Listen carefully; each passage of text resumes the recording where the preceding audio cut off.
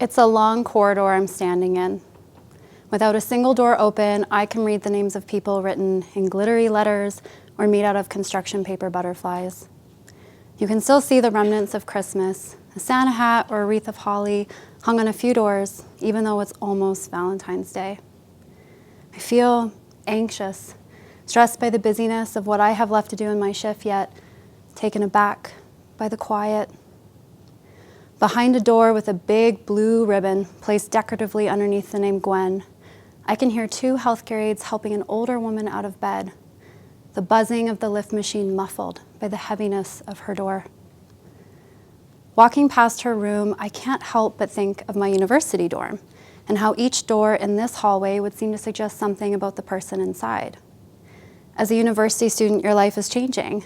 You are changing. And decorating our doors somehow helped us feel more seen, more at home. But I don't think many of us ever considered it to be home. But for older adults living in long-term care, this is their home, right? Lost in my thoughts, an older man approaches me from out of his room, wheeling himself down the hallway toward me. "Excuse me, nurse?" "Yeah, James, how can I help you?" "I need to go to the bathroom. I need to sit on the toilet." James had been admitted to our long-term care home just 2 weeks ago. I look back down the hall and I can still hear the healthcare aides working with Gwen, and I turn back to James. "I am so sorry, but since we need 2 staff to operate the lift machine that helps us put you onto the toilet, we're gonna have to wait for the healthcare aides to be done helping Gwen." He looked at me almost offended. "You obviously don't understand. I have to go to the bathroom right now." I feel helpless and awkward. I offer him my promises and apologies, but when he makes it clear he absolutely cannot wait, I wheel him back into his room, and once safely inside, I kneel down to meet his eyes.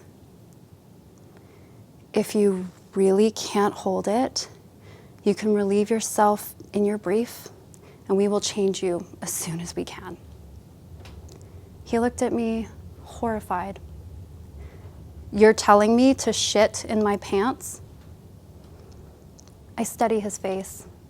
I can tell he is a proud man, his hair neatly brushed back and his mustache perfectly trimmed.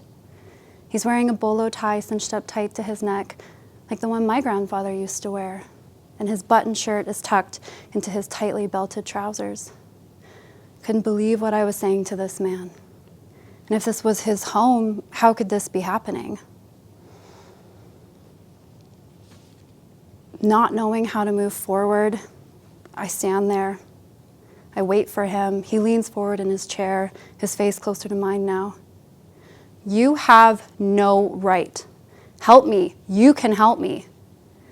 I fumble with the phone in my pocket and I call the healthcare aides, and they tell me Gwen is now sitting on the toilet, the lift machine under her feet, helping to keep her steady.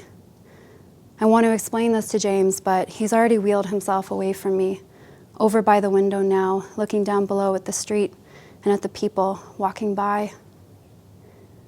A framed photograph on the dresser next to him catches my eye. It's him standing next to his wife, his arm casually hung over her shoulders, an easy and relaxed smile on both their faces. When I look closer at the brass lapel on his white shirt, I can see it's a pair of aviation wings, and I recognize them sitting on the dresser next to the frame.